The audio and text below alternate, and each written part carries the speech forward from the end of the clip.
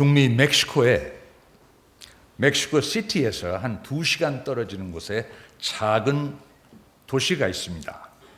도시의 이름이 트랄마날코인데 그 교회는 한 5년 전에 개척이 된 교회입니다. 현재 저희가 운영하는 멕시코 신학교의 졸업생이 현재 그 사역을 맡아 하고 있습니다. 그 교회는 5년 전에 개척이 되었다고 말씀을 드렸는데 그 교회 모교회는 트랄마날코에서 1시간 정도 떨어진 히코라는 지역에 있습니다. 히코라는 교회는 2010년에 저희 LA에 있는 교회의 권유를 받아서 개척된 사역입니다. 제가 심호하고 있는 LA 가디나로 하겠습니다만 지역이 그렇게 해요. 성서침례교회는 1987년에 본교회 행당동 성서침례교회 사무회의를 통해서 제가 권위를 받아 LA 지역에 가서 교회를 개척하게 되었습니다. 87년에 여러분이 저를 보내셨고 그리고 히코 교회는 저희 교회에서 2010년에 개척을 하게 되었고 더 나아가서 히코 교회에서 트랄마날 교회를 5년 전에 개척을 하시게 되었습니다. 몇 대입니까? 4대입니다. 예. 여러분이 모교가 되시고요. 저희 교회가 2대이고요. 히코 교회가 3대고요. 맞나요? 예. 그리고 트랄마날 교회가 4대 교회입니다. 예. 4대 손주를 보시는 기분이에요. 여러분이 기도하시고 여러분이 물질로 헌신하셨기에 현재 멕시코의 트랄마날코 지역에서 영혼들이 거듭나고 실제로 교회를 이뤄가고 있습니다. 코비드 관계로 많은 어려움도 있었지만 현재 70명에서 80명에 달하는 멕시코 분들이 모여서 현재 예배를 드리고 있습니다. 여러분에게는 알려지지 않은 사역이라고 생각이 들 수 있겠지만 그러나 여러분의 그 계좌 어카운트에는 분명 하나님께서 기억하시고 후한 상을 주시리라고 믿습니다. 여러분의 교회, 본교회가 참 믿음 안에서 행했던 그 일이 열매를 전 세계를 통해서 지금 현재 일어나고 있습니다. 여러분 오른쪽에 있는 저 액자 보이시지요? 제가 87년에 이 교회에서 마지막 설교를 드리고 제가 인사를 하고 떠났을 때 있었던 동일한 액자처럼 보입니다. 프레임은 바뀔 수도 있어요.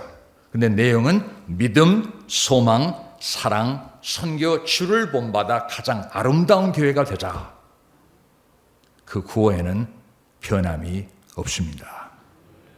세월은 지났지만은 하나님의 말씀은 분별하고요. 우리들의 믿음 역시 불변하여야 된다고 믿습니다. 우리가 변하게 되면은 하나님의 말씀을 불변이라고 하지만은 우리의 믿음이 변화되게 되면 더 이상 우리는 하나님의 능력을 체험할 수가 없거니와 하나님께서 진정으로 목숨을 버리신 그 뜻을 저희들이 더 이상 이행하지 못하게 됩니다. 하나님께서는 오직 성령님께서 너희에게 임하신 후에 너희가 권능을 받고 예루살렘과 온 유대와 사마리아에서 또 땅의 맨 끝 지역까지 이르러 나를 위한 증인이 되리라고 하셨습니다. 트랄마날코 사역이 있습니다. 하나의 결과예요. 하나님의 기본 지상 명령이 있습니다. 이 지상 명령과 트랄마날코 사역을 연결시키는 고리가 바로 교회이고 그리고 그 교회가 바로 본교회도 동참이 되었다고 저는 개인적으로 생각하고 믿습니다. 성도님 여러분, 그저 눈에 보이는 근시적인 시안에서 우리 교회가 이렇구나가 아니라 여러분의 수고는 전 세계를 통해서 현재 열매를 맺고 있고 우리 삶에 변함이 없다면 진정 우리가 하나님 말씀을 붙들고 신실하게 나아가게 되면 수없이 많은 영혼들이 주님 앞으로 인도하게 될 터인데 그 모든 것들은 바로 본교회의 수고의 결실이라고 말씀드릴 수 있습니다. 믿으십니까? 믿으셔야 합니다. 제가 여러분 듣기 좋아라고 하신 것이 아니라 실제로 일어나고 있는 일들을 말씀을 드리는 것입니다. 그래서 지상명령이 있고 우리에게 주어진 열매가 있을 때 그 열매를 연결시키는 고리가 바로 교회의 역할입니다. 그러므로 교회는 변함이 없어야 합니다. 왜? 지상명령이 변할 수 없기 때문에요. 교회에 많은 행사가 있고 많은 프로그램이 있겠지만 가장 하나님께서 우리에게 위임하신 것 중에서 기본적인 명령은 역시 지상 명령입니다. 이 명령으로도 저희들이 변질된다든지 우리의 자세가 달라지게 되면은 더 이상 저희들은 하나님의 능력이 함께할 수 없기 때문에 열매를 기대할 수 없습니다. 변함없는 주님의 뜻을 이루기 위해서 저희 교회가 변함이 없어야 합니다. 원래 성서 침례교회는 성경 중심의 교회입니다. 우리가 하나님 말씀을 등한시하게 되면 저희는 사실 교회로서의 많은 어려움에 봉착될 수밖에 없습니다. 예배 모든 시작에서부터 끝까지 모든 행사들이 영혼을 구령하고 그들을 침례 순종케 하고 그들을 말씀 안에서 해오는 것으로 시스템이 되어 있기 때문에 우리가 남들처럼 주위 사람들처럼 여러 교회 모양을 닮아가게 되면 우리는 우리에게 가장 소중하게 맡겨진 지상명령을 성경적으로 이행할 수가 없기 때문에 어떤 면에서는 그들은 성장할 수 있고 그들 나름대로 영향을 미칠 수도 있겠지만은 저희는 성서 침례의 역할을 더 이상 하지 못하게 됩니다. 즉 거듭 말씀드리지만은 우리 바이블 배프티스트 처치가 진정 성경적인 교회가 말씀을 등한시하게고 말씀으로부터 거리를 두게 되면은 저희들은 더 이상 하나님의 권능을 기대할 수 없게 됩니다. 그래서 87년에 저를 보내셨던 이 본교회가 변함없이 2023년에도 영혼들을 구령하고 교회를 세우는 데 힘쓰시고 더 나아가 교회가 진정으로 교회다운 교회로서 변화되고 발전되기를 진정으로 원하는 마음이 제 부담입니다. 본이 되는 교회가 있다는 것이 얼마나 귀한 일인지 모릅니다. 우리에게 본이 되는 분이 계신다는 게 누가 되었든 간에 그런 것처럼 여러분의 교회, 이제는 여러분의 교회라고 말씀드리겠습니다. 본교회가 정말 하나님의 교회로서 우뚝 세워졌을 때, 지금도 물론 손색이 없지만은 더욱더 크게 우뚝 세워지게 되었을 때 그만큼 많은 교회들이 힘을 얻게 되고 격려를 받아 진정 하나님 사역에 박차를 가하게 될 것입니다. 문제는 성도님 여러분, 환경입니다. 현재 전쟁이 일어나고 있습니다. 중동에. 온갖 목사님들께서 중동 전쟁에 관해서 또한 말씀을 준비하시고 그 자체가 잘못된 것은 아니지만 상당 부분은 이미 성경에 예언이 되어 있습니다. 우리가 말씀 잘 아시지 않습니까? 에스겔 37장 말씀에서 이스라엘의 회복을 말씀하셨고 단계적으로 이루어 것을 말씀하셨고 그들이 육신적으로는 회복이 되었지만 아직 영적으로는 회복이 아니 되었고요. 영적 회복은 7년 환란이 끝나는 그 시점에서 이루어지게 될 것입니다. 에스겔서 38장과 39장의 말씀, 곡과 마옥의 전쟁 등등에서 많은 분들이 외치고 있고 지금이 그때가 아닌가, 이 전쟁이 아마게돈 전쟁으로 연결되는 것이 아닌가 등등 목사님들이 말씀을 증거를 하고 계시는데 그 자체가 잘못된 것은 아니지만 성도님 여러분, 저희들은 이 변화무쌍한 환경의 좌우를 받아서는 아니 됩니다. 하나님의 계획은 분명히 이루어질 것입니다. 하나님의 시간 테이블은 변함없이 이루어지는 것이 성경적입니다. 우리가 원한다고 해서 주님께서 내일 재림하신 것도 아니고요. 우리가 원치 않는다고 해서 하나님께서 100년 후에 재림하실 것도 아닙니다. 그분께서 정하신 때가 도래하게 되면 그분은 재림하시기 때문에 우리의 초점은 재림에 있는 것이 아니라 오히려 우리의 기본 삶에 있어야 됩니다. 어느 때보다도 우리가 구원의 확신을 가지고 우리 자녀들, 우리 가족들 모두 구원받도록 구령하고 수고하고 교회를 세우고 헌신되고 선교에 힘쓰고 이런 일들이 우리에게 주어진 일이지, 이스라엘 전쟁이 났다, 뭐 러시아가 개입할 것인가 아니할 것인가, 뭐 이란이 개입을 할 것인가, 여기에 지나치게 신경을 썼다 보면은 우리는 우리의 교회의 본질을 상실할 수 있기 때문에 우리는 잘못된 길로 나아갈 수도 있습니다. 문제가 환경이에요. 우리 주의입니다. 그렇기 때문에 좀 느긋하게 변함없는 하나님의 말씀을 근거로 해서 토대로 해서 주위 환경이 어찌 변한다 할지라도, 핍박이 다가온 환란이 있다 할지라도 우리는 묵묵히 주님만을 바라보고 말씀을 근거로 나아갔을 때 우리의 삶이 틀어지지 않습니다. 그러나 나름대로 남들이 그렇다고 해서 계속 따라간다. 뭐 음악을 바꾸자. 뭐 남들이 이렇게 하니까 이렇게 바꿉시다. 뭐 스탠다드가 필요 없습니다. 이제는 뭐 성별을 그리 봐야 성서 침례기는 원래 그렇게 시작된 무리들이 아니기 때문에 저희들에게는 손실이 다가올 수밖에 없습니다. 남들처럼 우리가 뭐 음악을 바꾸고 남들처럼 우리가 마치 복음주의 노선을 우리가 나간다 해도 남들처럼 사람 모으지 못합니다. 사람을 모은다 할지라도 그들이 진정으로 성경적으로 구원의 확신을 가지고 생활한 믿음의 사람들입니까? 아니면은 그저 교인들을 채워나가는 겁니까? 주님께서 언젠가는 알곡과 결국은 모든 것을 가르치게 될 것입니다. 그렇기 때문에 변함없는 교회가 되셔서 정말 이 땅이 천지 지변이랬나 할지라도 성서 침례교는 흔들림 없이 분명히 서서 주님의 재림을 바라보며 신실하게 사는 귀한 교회가 되어야 할 줄로 믿습니다. 이런 서론을 가지고 세 가지만 오늘 아침에 말씀을 드리겠습니다. 그래서 말씀을 길게 하지는 않을게요. 제가 가디나 교회에서는 한 50분, 한 1시간 정도 설교를 하는데 여기서는 조금 짧게 해서 한 49분 정도만 할까 생각을 하고 있습니다. 첫 번째는요.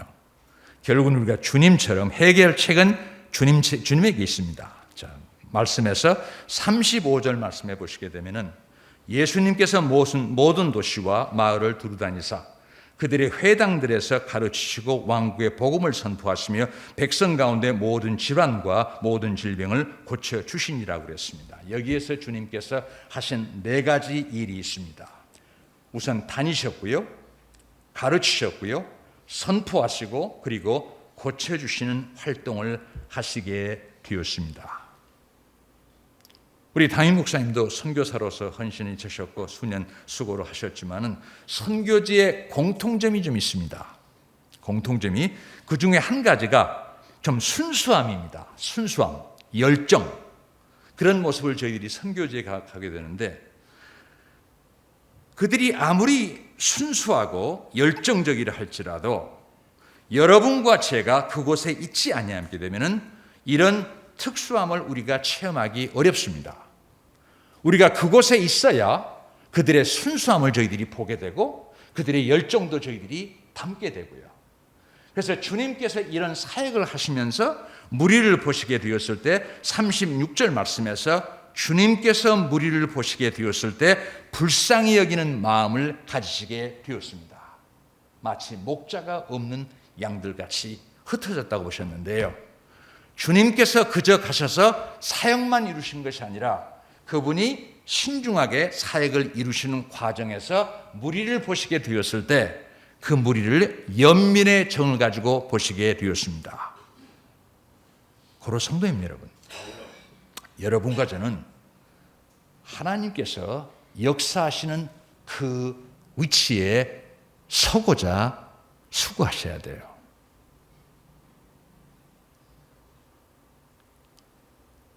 하나님께서 역사하시는 것을 여러분이나 제가 예를 들어서 뭐 커피숍에서 기대할 수 있나요? 아니면 교회에서 기대할 수 있나요? 하나님께서는 커피숍에서도 역사하실 수 있습니다. 우리가 그분의 역사하심을 저희들이 바라볼 수 있습니다. 그러나 대다수의 경우에 커피숍보다는 교회에서 저희들이 예배를 드리고 우리가 교제를 이루고 있을 때 하나님의 역사하심을 바라보게 될 것입니다. 포인트는 뭐냐면은 모든 사람은 하나님의 기적적인 역사를 체험할 수도 있고 그리고 실제로 보실 수도 있습니다. 그러나 우리가 하나님의 역사의 현장에 서지 아니하게 되면은 우리는 그런 하나님의 마음을 우리가 스스로 얻기가 어렵다는 말씀입니다. 주님께서 가르치시고 수고하셨을 때 무리를 보시고 연민의 정을 갖추게 되었던 것처럼 우리가 실제로 선교지에서 그들의 순수함과 열정과 그들의 헌신을 보게 되었을 때 우리가 그들을 바르게 바라보겠는데 그 바르게 보는 시안이 예수님의 시안과 동일하다는 말씀입니다. 그저 우리가 있는 그곳에서 물론 우리가 말씀을 읽을 수도 있고 하지만은 그러나 여러분이 집에서 응접실에서 줌을 통해서 아니면 비디오를 통해서 예배를 드리는 것과 실제로 여러분이 나오셔서 대면 예배를 드리는 것은 큰 차이가 있을 수밖에 없거니와 주님께서는 대면 예배를 통해서 역사하신다는 것을 훨씬 기뻐하시리라고 믿습니다. 그렇기 때문에 3년 반이라는 코비드 기간에 많은 교회들이 실제로 문을 닫게 되어 가지만은 우리가 하나님께서 축복하시는 그곳에 내가 서겠습니다. 조금 전에 찬양에 삭개오에 대한 찬양이 있었습니다. 삭개오가 주님을 보고자 하는 부담이 있었고 마음이 있었기 때문에 주님의 역사를 체험하게 되었습니다. 도마는 별로 관심이 없었기 때문에 주님께서 나타나셨지만은 도마는 주님을 만나지 못하게 되었습니다. 중요한 것은 주님이 우리와 함께 하시고요. 본교회의 모토입니다. 올해 그렇죠. 주님께서 함께 하시는 것은 사실이지만은 어떤 면에서 내가 주님께서 함께 하시기에 합당한 위치에 있는지, 주님께서 나와 동행하시기에 거룩한 자리인지, 거기에 맞춰서 주님의 역사하심이 충분히 달라질 수 있습니다. 그렇기 때문에 주님께서 일하셨을 때, 그때 주님께서 보시고 연민의 정을 가지셨던 것처럼 여러분과 저도 주님께서 역사하시기에 부족함이나 부끄러움이 없는 그 위치에 서시도록 수고하는 것이 이제 성도들의 자세가 되어야 할 줄로 믿습니다. 이번에 김정기 선교사님께서 소천을 하시게 되었는데 한 30여 년 전에 그분께서 그때 대우에 근무를 하셨는데 대우에서 파견을 받아서 멕시코로 가시게 되었습니다. 기내에서 멕시코 시티가 분화구인데 내려다보셨는데 거기에 1000만에서 한 2000만에 된 인구가 살고 있습니다. 그 화산 분화구에서요.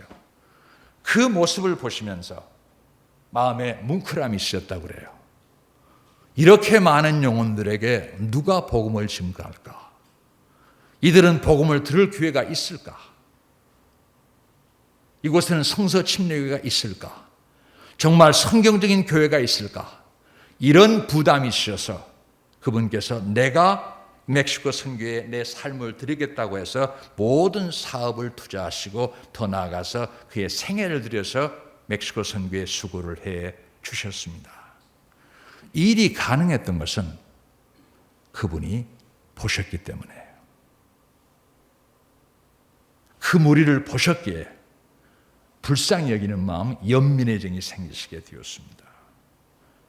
그분께서 보지 않고 보아도 그냥 건성으로 보셨다면 지금 멕시코의 사역이 안 이루어질 수도 있습니다. 언젠가 제가 온두라스에 가서 설교를 한 적이 있습니다. 아직 후진국이지요. 여러 면에서 어려운 나라입니다. 그런데도 특별 집회를 하게 되었는데 예배당이 한 이 정도 사이즈라고 생각을 했을 때 차고 넘치도록 사람들이 모였습니다. 그런데 예배 도중에 폭풍과 바람이 불기 시작하고 이제 소위 비가 내리기 시작을 했습니다. 소위 태풍이 오기 시작했어요. 근데 그 지역이 가난해서 그러겠지만은 이 지붕이 전부 양철로 되어 있습니다. 그래서 비가 내리게 되면은 엄청 시끄러워져요. 제가 스페니쉬를 유창하게 하지 못하기 때문에 통역하는 우리 김성준 선교사님하고 같이 예배를 드리게 되었는데 선교사님께서 제 바로 옆에서 통역을 했습니다. 저는 영어로 설교를 했고 선교사님은 이제 영어에서 스페니쉬로 통역해 주셨는데 불과 1m의 어떤 간격을 두고 저희들이 설교를 했습니다. 설교를 하는데 갑자기 이제 비가 쏟아지고 이제 지붕에서 소음이 들리게 되고 그리고는 결국 정전이 되었습니다. 아주 칠흑 같은 밤이 돼가지고요. 하나도 보이지 않는 그런 정전이 왔습니다. 새카맣게요. 실제로 제가 한 1m 떨어졌는데 여기에서 선교사님이 안 보일 정도로 어두웠습니다. 그러다 보니까 저희들이 소리를 칠 수밖에 없었죠. 우리가 목청을 높여서 최대한을 다해서 소리를 쳤는데도 상대방이 들을 수 없는 그런 위치가 그런 상황이 되어버렸습니다. 그렇다면은 우리 설교 중단했다가 다시 전기가 회복이 되면은 합시다. 할 수도 있었습니다. 한 10분간의 시간이 지나갔는데도 이제 저희들은 설교를 하다 스탑할 수밖에 없었지만은 그랬는데 다시 전기가 들어가게 되었을 때 보았더니 회중에 단 한 사람도 움직였던 사람이 없습니다. 웅성웅성도 안 했고요. 우왕좌왕도 하지도 않았고요. 그대로 앉아서 그들은 기다렸습니다. 폭풍우가 불어치는데도 그들은 흔들림 없이 말씀을 듣겠다는, 예배를 드리겠다는 그 자세를 가지고 변함이 없는 모습을 보였습니다. 보아야 우리가 감명을 받게 되고 마음에 뭉클함이 생기게 되고 마음에 부담을 가지게 되고 그리고 주님처럼 실제로 생각하고 그리고 우리가 감정을 나누게 됩니다. 수고하고 무거운 짐진 자들아, 모든 자들아, 너희는 내게로 오라. 내가 너에게 안식을 주리라고 말씀을 하시게 됩니다. 현실적으로 저는 모든 사람을 보았을 때 이런 감정, 이런 마음이 들지를 않을 때가 참 많습니다. 서울에 참 사람이 많더라고요. 가는 곳마다 사람인데, 야, 저 영혼이 어떻게 됐을까? 구원받은 하나님의 사람일까? 저분들이 죽으면 어떻게 되나? 주님께서는 마태복음 9장 말씀에서 수고하고 무거운 짐진 모든 자들아, 구원의 안식을 주시기 위해서 기본적으로 부르시게 되는데, 저는 예수 그리스도의 마음과 동일한 마음을 소유하지 못하고 있거든요. 진정 하나님의 영광이 함께 하시고 그분의 능력이 우리와 함께를 원하신다면은 우리가 그분처럼, 주님처럼 섬겨야 할 것이고 생각해야 될 것이고 믿어야 될 것이고 우리가 행동해야 될 터인데, 솔직한 고백이 저는 항상 그런 마음이 있는 것은 아닙니다. 사역자인데도요. 성도님 여러분, 주님의 섬김을 통해서 저희들이 배워야 할 것이 있다면 주님께서 역사하시기를 기뻐하시는 그곳에 우선적으로 내가 있어야 합니다. 선교여행에 기회가 있으십니까? 가십시오. 여기에 우리 리사 자매가 참석을 했는데, 리사 자매가 고등학생 때 필리핀을 가게 되었는데, 우리가 미국에서 필리핀까지, 그때 필리핀이었나 멕시코였나 선교여행을 다녀보게 되었는데, 사역 기간은 다들 열심히 섬기고요, 교제도 하고 즐거운 시간을 보냈었습니다. 근데 저희들이 LA 공항에 도착했는데 그 학생들 중에 한두 명이 그동안에 참고 있었던 그 복받쳤던 그 감정, 그 필링이 쏟아지기 시작하면서 LAX에서 엄청나게 울어댔었어요. 엉엉 울었었습니다. 그러다 보니까 다들 울고, 왜? 실제로 선교지에 가보니까 정말 미국처럼 자유롭고 좋은 나라가 없어서 그 어떤 비교되는 상황에서 그렇게 엉엉 우는 것을 체험하게 되었습니다. 성도님 여러분, 선교행이 되었든 예배가 되었든 특별 집회가 되었든 주일학교가 되었든 교제 시간이 무엇이 되었든 간에 여러분과 제가 그곳에 있음으로써 하나님의 역사하심을 볼 수 있다면 우리의 마음이 그만큼 예수 그리스도의 마음과 동일시되어 갈 것입니다. 그곳을 찾으십시오. 하나님께서 축복하시는 곳에서 제가 안식을 찾겠습니다 라는 자가 결국은 하나님의 뜻을 발견하고 하나님의 사람으로서 귀하게 쓰임받게 될 것입니다. 주님의 섬김이에요. 두 번째로 주님의 부담을 우리가 가져야 합니다. 37절 말씀해 보시게 되면은 이제 그분께서 자기 제자들에게 이르시되 진실로 수확할 것은 많되 일꾼들이 적다고 말씀을 하셨습니다. 거듭 말씀드리지만은 우리는 사람을 보게 되었을 때 참 수확할 것은 많은데 일꾼들이 없다, 이런 부담은 사실 별로 없습니다. 그런데 주님께서는 그 무리들을 보시고 37절 말씀에서 수확할 것은 많되 일꾼들이 적다고 말씀을 하였습니다. 주님의 마음은 예루살렘뿐 아니라 예루살렘과 온 유대와 사마리아와 더 나아가서 땅의 맨 끝이기까지 이르기를 원하시게 됩니다. 행당동 교회는 선교하는 교회입니다. 여러 지역에서 현재도 선교를 열정적으로 하고 계시고요. 특히 미얀마 지역은 여러 면에서 큰 사역을 이루시는 제가 잘 알고 있습니다. 그러나 주님의 뜻은 예루살렘으로 국한시키는 것도 아니고요. 우리가 알잖아요. 이건 동시에 해야 할 일입니다고 저희들이 가르쳤고 지금도 가르치고 계실 것이고요. 이 선교는 동시에 이루어지는 겁니다. 예루살렘, 온 유대, 사마리아 더 나가서 땅끝 지역에까지 그 일을 이루고 있습니다. 저희들이 실제로. 그래서 어떻게 보면은 우리가 예루살렘 지역에서 열심히 지금 현재 선교를 하고 우리가 포교를 하고 있습니다. 그렇지만 저희들이 예루살렘에서 우리의 모든 사역이 국한되어 있다면은 저희들은 하나님의 25%에 달하는 뜻밖에 이루지를 못하고 있지 않습니까? 분명히 주님의 뜻은 예루살렘에서부터 땅의 맨 끝 지역까지의 관심을 가지고 동시에 이 사역을 하실 것을 말씀하시게 되는데 우리가 예루살렘에 모든 것을 집중적으로 투자를 하고 있다면 저희들은 어떤 면에서 제대로 하나님의 뜻을 이루지 못하고 있습니다.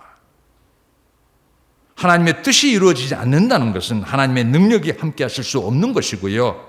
그만큼 우리는 능력이 상실된 상태에서 열심히 섬기는 교회가 될 수밖에 없습니다. 그건 문제예요.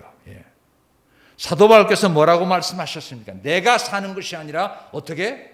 이제는 예수 그리스도께서 내 안에 사신다고 갈라디아서 2장 20절에서 말씀하시게 됩니다. 내가 얼마나 수고해서 하나님을 잘 섬기는가 관점이 아니라 얼마나 주님께서 나라는 그릇을 통해서 일하시도록 내가 주님께 바쳐져 있는, 드려져 있는지가 관건이 되어야 할 줄로 믿습니다. 그래서 우리의 능력보다는 뭐가 더 귀중하다고요? availability라고 말씀하시지 않습니까? 우리의 ability보다는 우리의 능력보다는 얼마나 우리가 주님 앞에 드려져 있는지 available 한지가 더 귀하다는 것이 성경의 말씀이지요. 몇 년 전에 미국에 계시는 그때는 미국이 아니셨구나.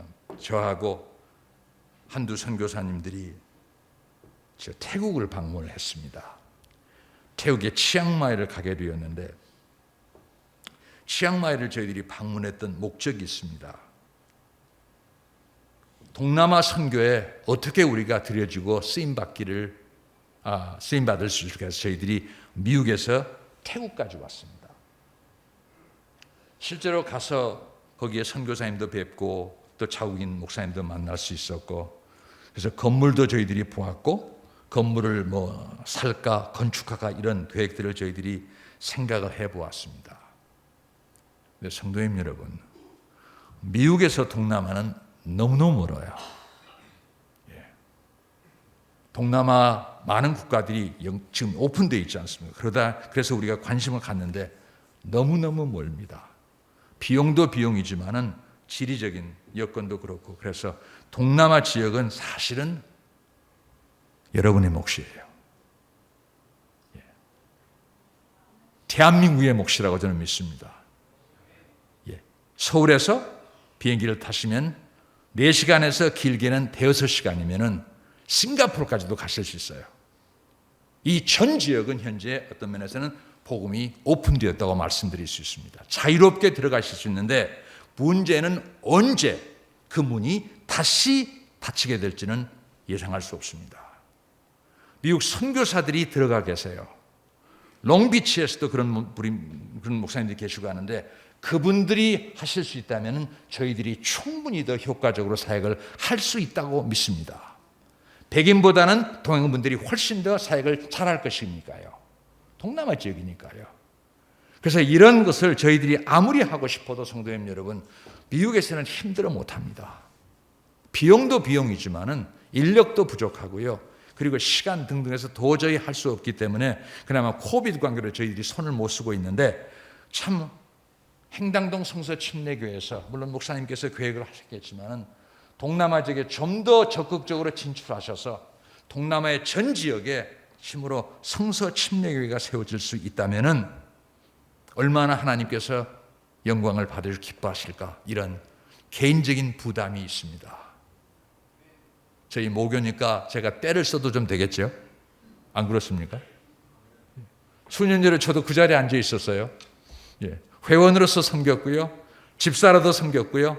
그리고는 제가 미국으로 떠나게 되기 때문에 제 큰 집에 돌아온 셈이죠. 성도님 여러분, 참 할 일이 많습니다. 가까이 이번에 제가 온 목적이 이제 큰 처남이 계시는데 김해에 사세요. 이제 연세가 좀 있으셔서 80이 넘으셨습니다. 근데 지금도 이제 제사를 지내시고 하셔서 이번에 저희들이 김해를 간 목적 중에 하나가 그 큰 처남에게 복음을 증거하기 원함이었습니다. 제 처가 수년 전부터 큰오빠 구원을 위해서 기도하고 또 교회로 연결을 시키고자 하는데도 그게 잘 안 되어가지고요, 큰 부담으로 남아 있었습니다. 그래서 이번에 우리가 김해에 갔을 때 첫날 가서 말씀을 좀 드렸고, 그리고 이제 떠나는 그 마지막 날 아침에 아무래도 기회가 지금밖에 없을 것 같아. 돌아가시면 어떻게 하나. 그래서 지금 건강하신. 그래서 떠나는 날 아침에 좀 일찍 시간을 내서 그 큰 처남에게 말씀을 드렸습니다. 사도행전 17장의 말씀을 가지고 사도 바울이 아테네에 갔을 때 알지 못하는 신이라는 제단이 있었다고 그랬지 않습니까? 그래서 거기에서부터 이분이 하나님을 부인하는 건 아니기 때문에 그렇게 해서 그들이 알지 못하는 신, 사도 바울에게 설명하고 그 신이 바로 예수 그리스도라 연결을 시켜서 말씀을 전했더니 받아들이시더라고요. 그래서 이제 죄인임을 아시고 또 회개하시고 받아들이셨어요. 그리고 주님 영접을 기도는 하나님 아버지 외에는 어떻게 기도할지를 모른다고 해서 그러면 제 기도로 그냥 따라 하십시오 해서 이제 같이 영접 기도를 했습니다. 그리고는 저는 이제 방으로 들어왔는데 제 처가 큰오빠를 만나서 큰오빠한테 구원 받았냐고 물었더니 주님 받아들였대요. 그래서 제 처가 물었습니다. 그럼 예수님이 어디 계세요? 그랬더니 큰오빠가 뭐라고? 내 마음에 있지. 연세가 있으시고 인지도가 많이 떨어지셨기 때문에 어려움이 있으시는데요, 말씀을 드리고자 하는 것은 성도님 여러분, 성서 침례교회가 영원구령에 힘쓰지 아니하면은 더 이상 성서 침례교회가 아니에요. 그렇잖아요. 우리가 그렇게 배웠고 그렇게 그동안 살아왔고 그리 살아가야 되는데 성서 침례교회라 구태여 간판 내걸 필요 없습니다. 부담스러워하는데 왜? 차라리 사랑의 교회? 무슨 온누리 교회? 무슨 교회? 쉽게 하시죠. 누구나 오십시오. 다 좋습니다. 다들 교회 회원입니다. 그게 우리의 목적이라면은 구태여 저희들이 간판을 그리 하실 필요 없지 않습니까?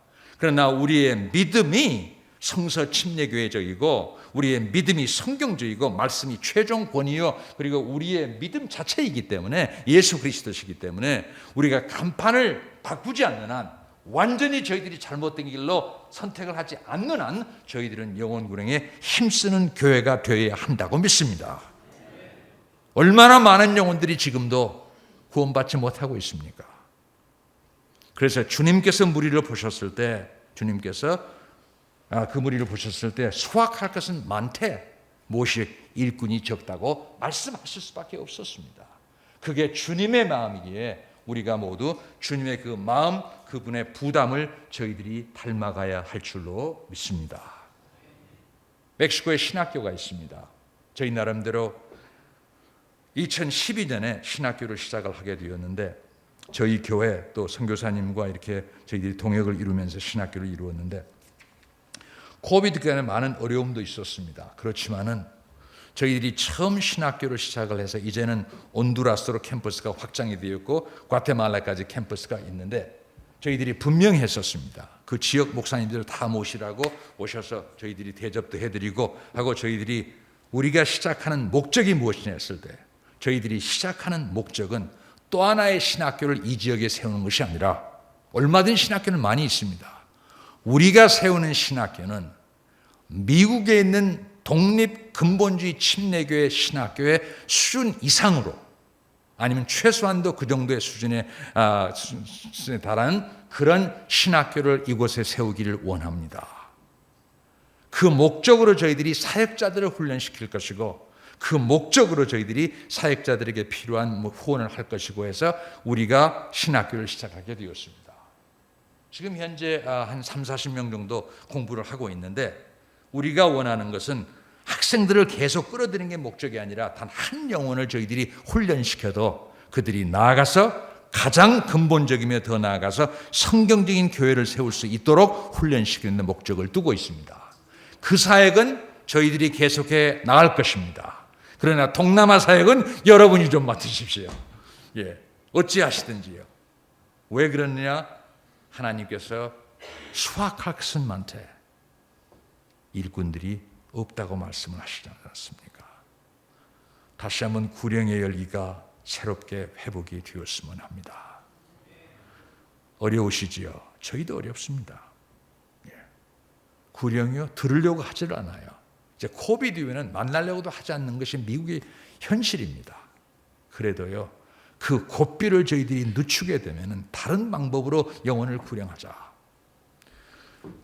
성경에 방법이 있으시면 말씀해 주세요. 시도하게요. 사도 바울께서 어떻게 선교를 하셨는지 새로운 방법이 있으면 성경적으로 있다면 말씀을 해 주십시오. 그리 하겠습니다. 없잖아요. 찾아가서 1대1로 만나서. 그래서 성도님 여러분, 주님처럼 우리가 섬겨야 하지만은 주님처럼 우리가 다시 한번 그런 부담과 마음을 가지고 구령하고 교회를 세우는데 힘쓰는 행당동 교회가 되어야 할 줄로 믿습니다. 마지막으로 세 번째입니다. 주님의 간청에 대해서 말씀을 드릴게요. 그 부분은 38절 말씀입니다. 그러므로 너희는 수확하시는 주께 기도하여 그분께서 자신의 수확밭에 일꾼들을 보내실 것을 청하라 하시니라. 이 구절이 참 마음에 부담이 됩니다. 왜 그러냐면은 여기에 기도하라고 말씀하셨는데 저희들이 기도하면 하나님께서 일꾼들을 보내실 거라고 말씀을 하셨어요.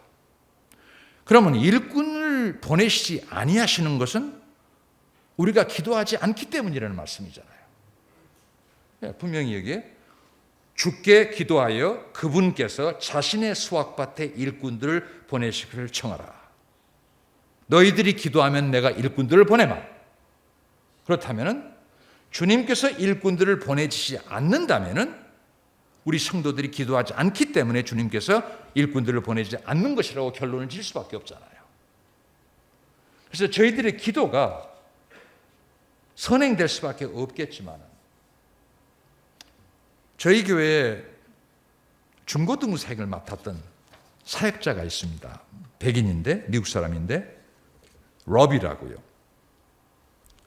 신학교를 졸업하고 그리고 이제 저희 교회에 전도사로 와서 한 5년 정도 섬기다가 지금 이제 교회 개척을 위해서 준비 단계에 있습니다. 미국에서는 교회 개척을 하게 될 때 여러 교회를 방문하면서 소위 모금을 하게 되는데 지금 현재 모금 중이세요. 근데 그 형제가 하나님의 부르심이 있어서 교회를 개척을 하겠다. 그건 좋은 일입니다. 근데 저희에게는 굉장히 어려운 일이에요. 우선적으로 한 직원이 빠지게 되지 않습니까? 근데 저희들이 사람을 내보냈을 때는 그저 잘해보십시오, 열심히 하세요 하고 내보는 게 아니라 실제로 모금을 하는 기간은 저희 교회 직원으로 그대로 남아 있습니다. 그러니까 직원의 급여를 그대로 페이한다는 말씀이에요. 기본적으로 급여를 페이를 해 주어야 본인이 마음을 놓고 이제 교회를 방문하면서 소위 모금 활동을 할 수가 있기 때문입니다. 그러니까 어떻게 보면은 저희들에게는 손실이라고요.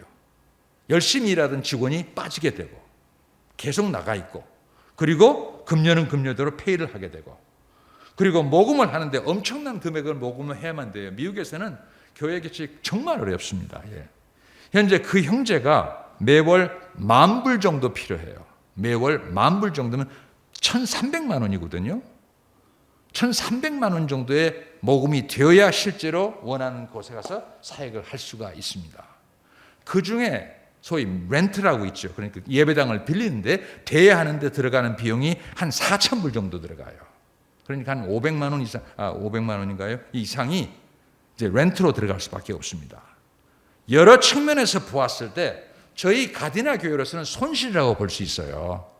열심히 일하는 사람이 나가버려서 일하고 있고 우리는 그대로 페이를 하게 되고 그가 다시금 이제 모금이 끝나고 교회를 개척을 하게 되면은 저희 교회에서는 이제는 선교사로서 후원을 하게 됩니다.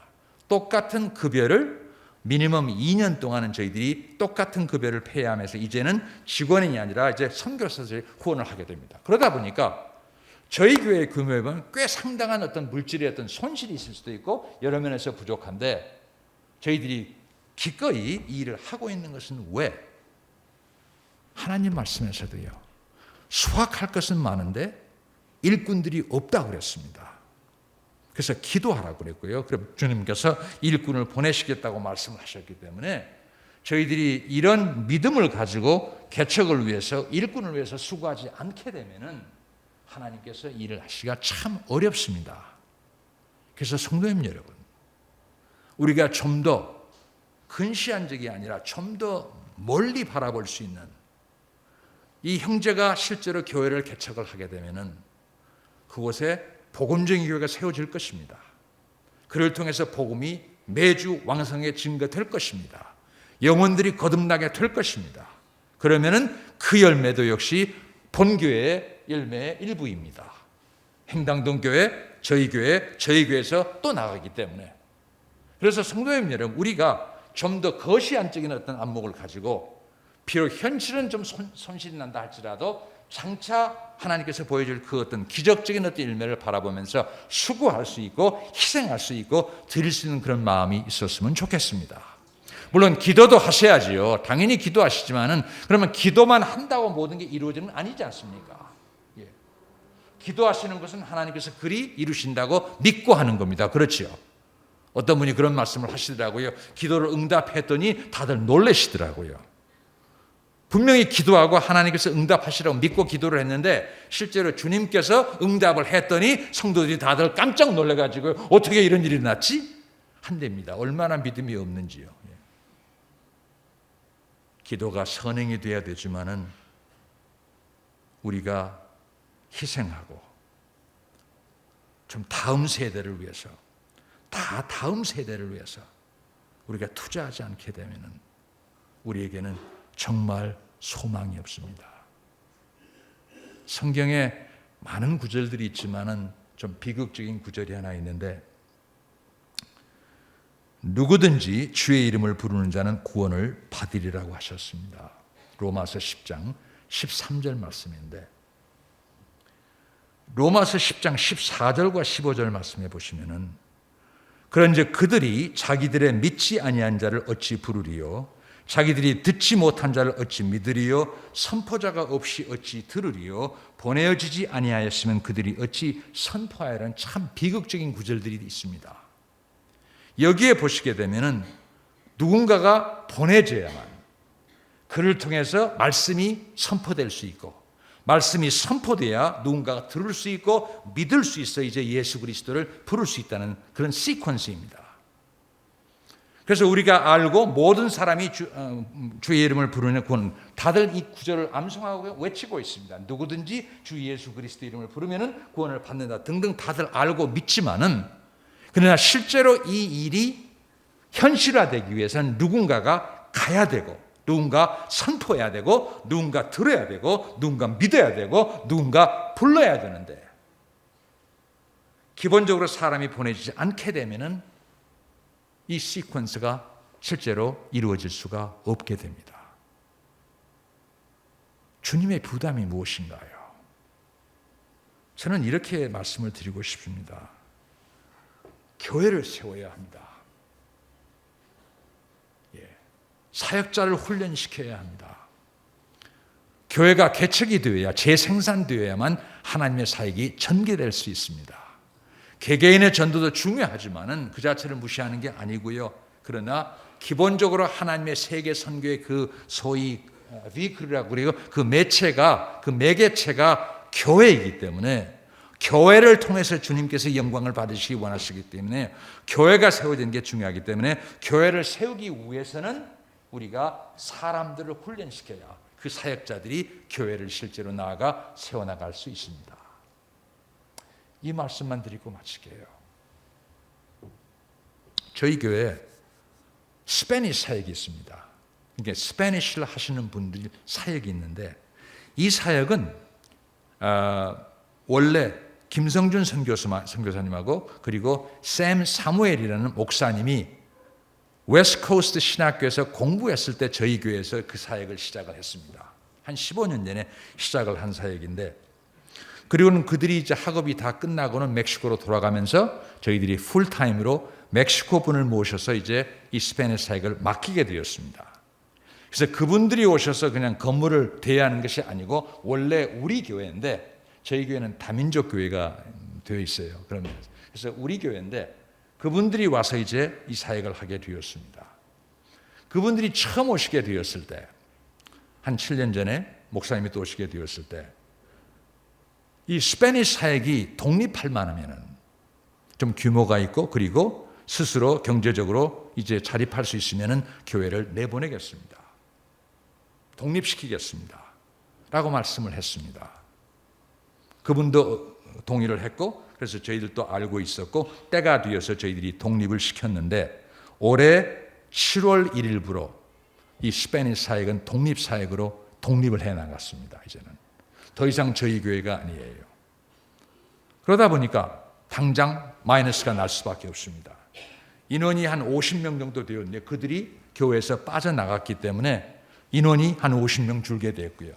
거기에서 나오는 헌금이 매월 한 6,000불 정도였는데 한 800만 원 정도 되었는데 그게 동시에 가게 되었습니다. 그러다 보니까 저희 모교로서 저희들의 위치는 어떤 데서 손실입니다. 숫자도 줄었죠. 물질도 이제 줄었죠. 그래서 진정으로 저희가 마음에 제 부담이나 우리 교회에서 우리는 사람을 모으는 게 목적이다. 어떻게 해서든지 우리가 200명이 아니라 300명, 400명 채우자. 남들 교회들처럼 그게 우리의 기본 목적이라면은 어떻게 해서는 그들을 붙들어 놔야죠.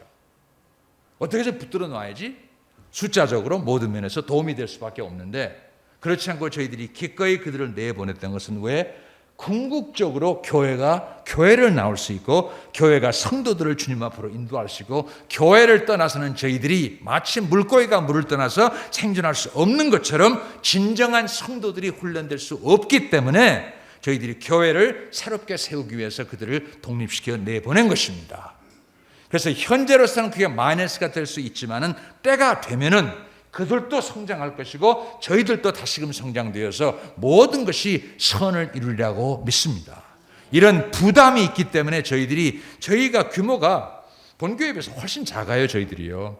저는 좀 스타일이 좀 나누는 스타일이거든요. 예. 모으는 것보다는 좀 필요하시면 네, 나가십시오. 예, 가세요. 예. 그래가지고 그러다 보니까 내보내는 것이 좀 궁극적으로 봤을 때 저희들이 목적이 우리가 사람을 모으는 게 목적이냐 아니면은 하나님의 교회를 바르게 세우는 게 목적이냐 바른 사역자를 세워서 바른 교회를 세우고 교회가 또 교회를 낳는 것이 옳은 것인지 아니면은 그저 사람만 모아서 온갖 프로그램을 중심으로 해서 사람을 모으는 데 모든 초점 맞출 것인가 그리 않기 때문에 저희들이 성서 침례 교회적으로 우리가 사역을 하고 있습니다. 성도님 여러분, 사역이 많은 분들이 어렵다고 말씀을 해요. 저는 사역이 어렵다고 생각하지는 않습니다. 물론 어려움이 있을 수도 있고 사람과의 만남이다 보니까 그럴 수는 있습니다. 그렇지만은 우리처럼 행복한 자가 누가 있습니까? 조금 전에 우리 조 집사님께서 기도하실 때도 우리가 믿음으로 말씀을 통해서 회개와 믿음을 통해서 구원받았고 성령님이 임재하시고 구원의 확신을 가지고 말씀대로 살고 이 모든 말씀이 우리가 믿는 바 아닙니까? 이렇게 믿음의 확신을 가지고 정말 성경적으로 어디에 내놓아도 부족함이 없는 성도들로서 양육이 될 수 있는 교회가 바로 본교회입니다.